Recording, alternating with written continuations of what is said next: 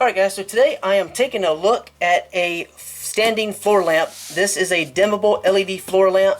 The model number is FL41, and it's kind of unique in that, I don't know how well this shows up for you. Hopefully you can see this. It's very slim, so it fits into a corner or against a wall, which will be against a wall, not in a corner for me. It has a very, a base and a top that are very similar. The top has a pivoting head, so you can adjust the light. The light faces upward, but you can also have it face into the room or against the wall and different things. And it has some controls built into it. And you can use this with your Google Assistant or your Amazon Echo. Some of the specs real quick here on the back. Again, the model number FL41, 20 watt, works with 100 to 240 volt AC, 50-60 hertz. Uses a 24 volt 1 amp power adapter. It's LED, 3000 Kelvin, so it's going to be a fairly bright light with 2000 lumens of output. It's made of metal, so that's nice. It's going to be black as far as the finish is concerned, and it has a 50,000 hour rated LED lifespan, so that's quite extensive.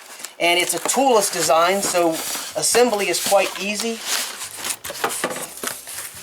Basically, you screw together the different poles that you see, screw them to the base, screw the LED to the top portion, plug it in with the included power adapter, and you're good to go. So let me get this unboxed and we'll take a look at what this looks like, and then we'll see what it looks like when it's assembled.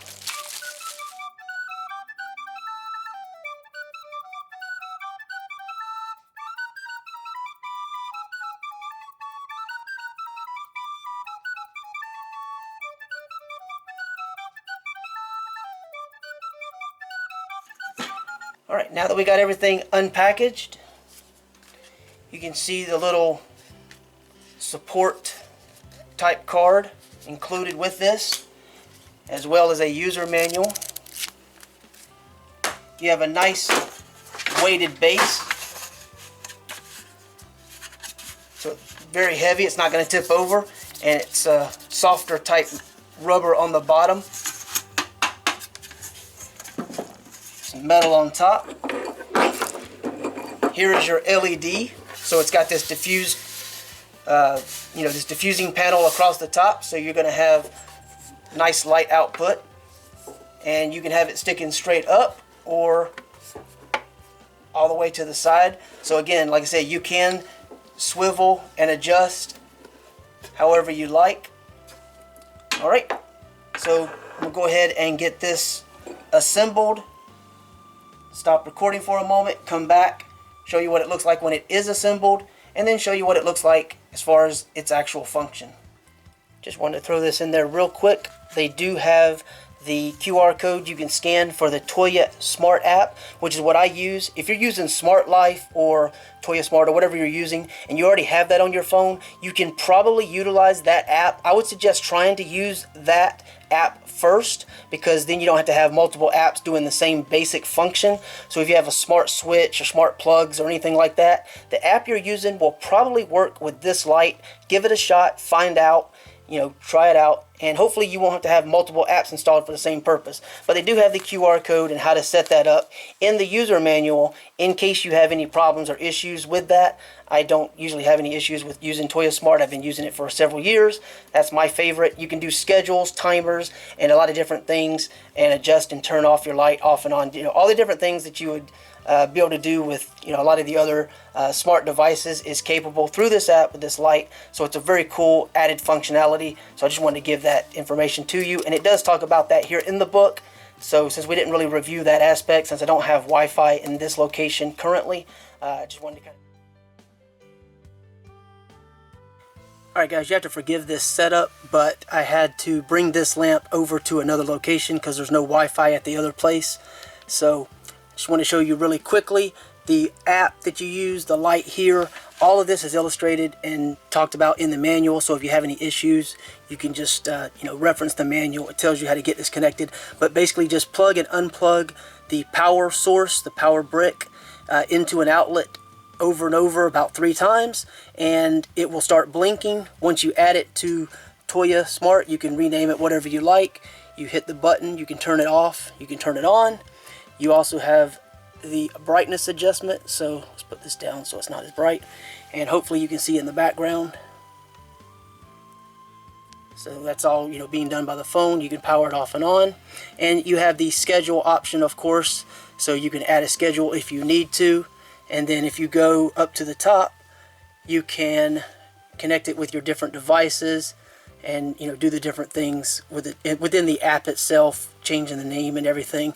So that's kind of the details of the device, but that's just a real quick overview of, you know, the controls.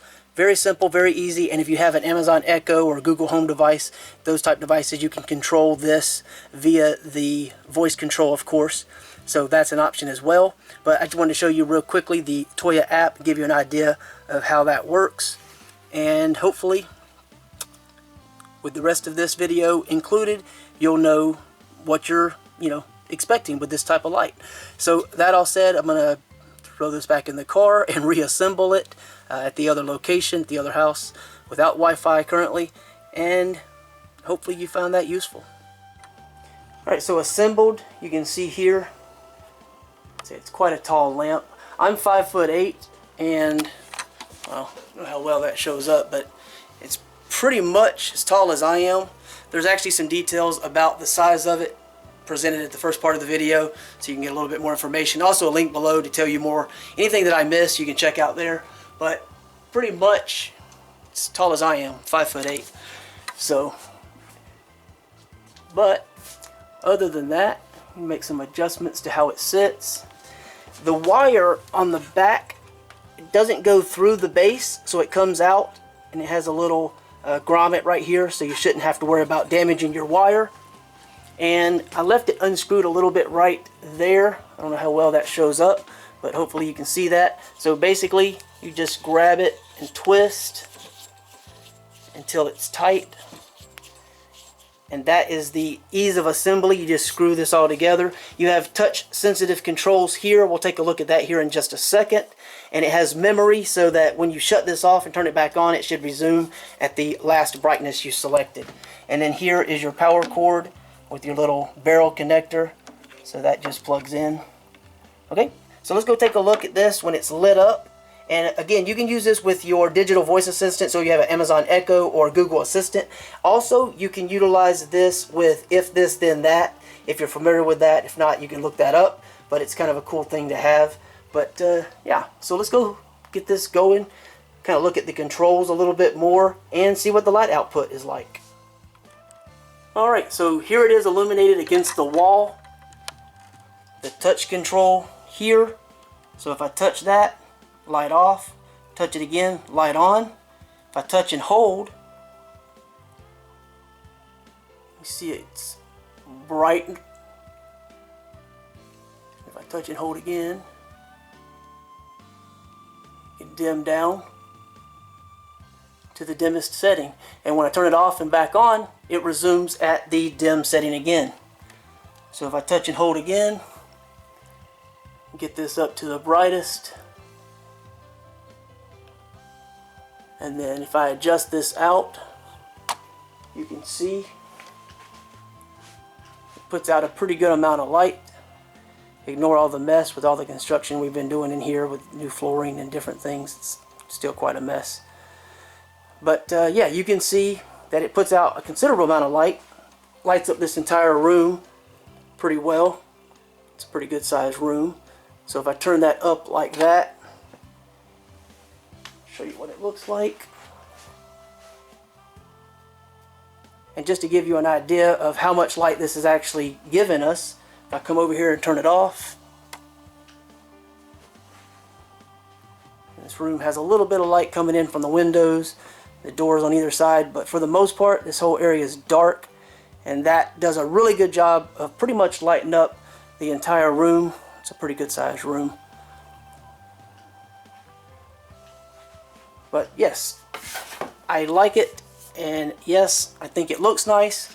It does a good job, and for me it's probably going to sit about where it is right now, because that desk has that little corner cut out like that. So it'll probably sit right in that corner most likely. I haven't decided 100% yet, but it'll probably sit there, well, not corner, but against that wall. So anyway, just wanted to share that with you, give you an idea of, you know, what you might expect, and that's pretty much it. There's going to be a link below the video if you want to find out more about this, but it's just a very tall but very small as far as the overall footprint in space with a good amount of output. Alright, so there you go. I hope that is useful to you. Please check out the link below to find out anything that I didn't talk about, and maybe check out some of the other details and reviews. Thanks for watching.